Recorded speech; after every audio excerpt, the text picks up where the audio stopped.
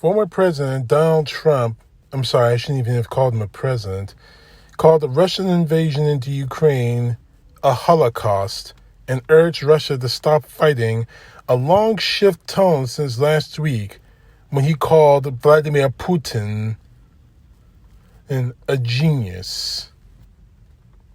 Trump's remarks came Wednesday in an interview with Fox Business host Maria Bartiromo, widely seen as a Trump ally, with all good reasons. The former president said that Russia has to stop killing these people and suggested that a deal could be worked out to end the conflict. Fat chance. His remarks are part of a wide-ranging interview which included criticism of the Biden administration's handling of the Russian-Ukraine crisis, which served as the opening note to President Biden's State of the Union address on Tuesday night. And you would have done what different exactly? After Trump said, something could be done with Russia right now, Bartiromo asked him, what's the solution? And Trump, being Trump, gave this answer. Well, we have to work out a deal. They have to stop killing these people. They're killing all these people, and they have to stop it, and they have to stop it now. But they don't respect the United States, and the United States is like, I don't know. They're not doing anything about it. This is a holocaust. This is a horrible thing that's happening. You're witnessing it on television, seeing it on television every night. Trump has repeatedly put out statements saying the conflict would never have happened if he was still president.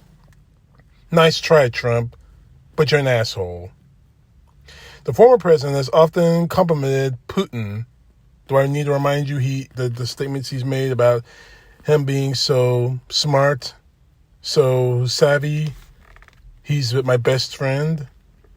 And he's widely criticized a summit with the Russian leader in Helsinki during his presidency, where he said he believed Russia and Vladimir Putin over our own intelligence agencies, that Russia interfered with the United States elections.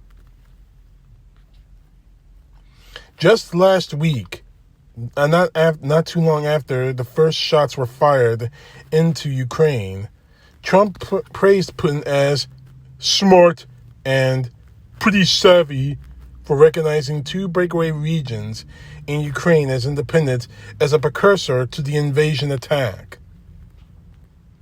Trump also won the Conservative Political Action Conference straw poll as president last weekend amid the Russian invasion, underscoring his status as the favorite to win his party's presidential nomination for 2024.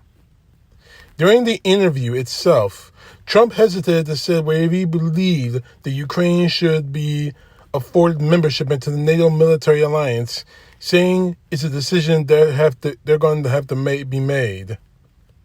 Ukrainian President Vladimir Zelensky on Tuesday called for his country to be admitted. Right now, it would have been a lot easier to say yes than it had been 6 months ago.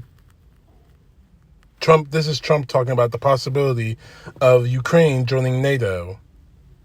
However, Trump also lauded Zelensky regarding his 2019 phone call with the Ukrainian leader during his interview with Bartiromo, saying he was, and I quote, very impressed by him. Now, let's talk about that phone call real quick. That phone call is what led to Trump's first impeachment inquiry, in which transcripts showed the call asking Zelensky if damaging material on Biden and his son Hunter could be dug up in the hopes of him stealing the election. It's time for Trump to realize that this rewriting of history is not going to work.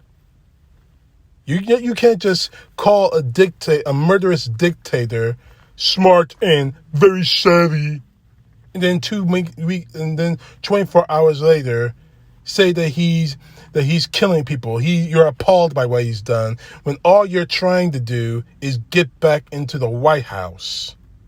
Enough.